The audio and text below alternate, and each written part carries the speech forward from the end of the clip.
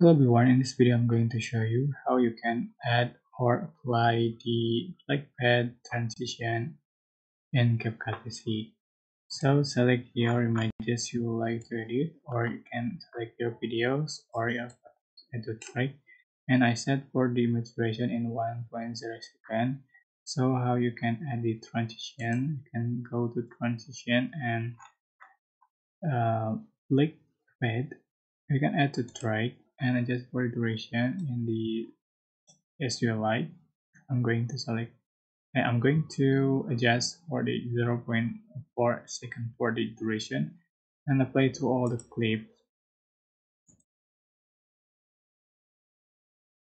Alright, you can add effect, go to effect and select the video effect. You can select effect you like.